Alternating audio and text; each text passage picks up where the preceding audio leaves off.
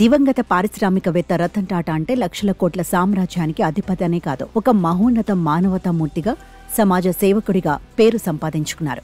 టాటా గ్రూప్ను ఉన్నత శిఖరాలకు చేర్చడంలో టాటా సన్స్, టాటా గ్రూప్ మాజీ చైర్మన్ రతన్ టాటా కీలక పాత్ర పోషించారు. దశాబ్దాల పాటు సంస్థకు నేతృత్వం వహించి అన్ని రంగాల్లో విస్తరించారు. సంస్థను అభివృద్ధి పదంలో నడిపిస్తూ ఎందరికో ఉపాధి కల్పించారు.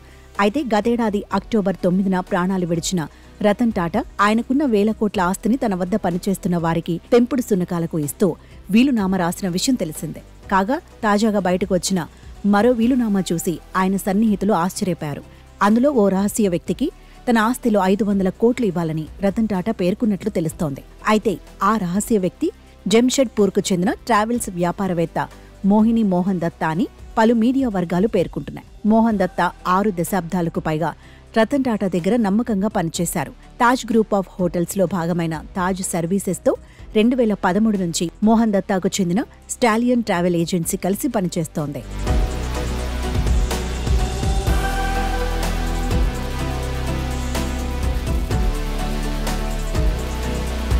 ఎంతో కాలంగా మోహన్ దత్తా టాటా కుటుంబానికి చాలా సన్నిహితంగా ఉండేవారని పలు మీడియా కథనాలు వెల్లడించాయి. మరోవైపు ఇటీవలి రతన్ టాటా మరణించినప్పుడు దత్తా ఆయనతో ఉన్న అనుబంధం గురించి వెల్లడించారు. రతన్ టాటా 24 ఏళ్ల వయసు ఉన్నప్పటి నుంచి తనకు తెలుసని అన్నారు. తాను జీవితంలో ఎదగడానికి రతన్ టాటా ఎంతో సాయం చేశారని గుర్తు చేసుకున్నారు.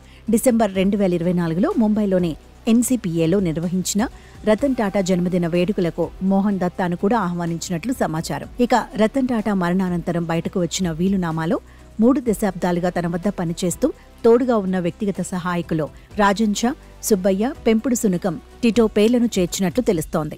టాటాకు ఉన్న దాదాపు 10,000 కోట్ల ఆస్తులు ఆయన నెలకొల్పిన ఫౌండేషన్లకు, సోదరుడు జిమ్మీ టాటాకు, తన సహాయకులు, ఇతరులకు చెందుతాయని అందులో రాసినట్లుగా సంబంధిత వర్గాలు పేర్కొన్నాయి. తాజాగా ఓ రహస్య వ్యక్తికి తన ఆస్తిలో 500 కోట్లు ఇవ్వాలని రతన్ టాటా పేర్కొన్నట్లు బయటకు వచ్చిన మరో వీలునామా చూసి ఆయన సన్నిహితులు ఆశ్చర్యపోయారు.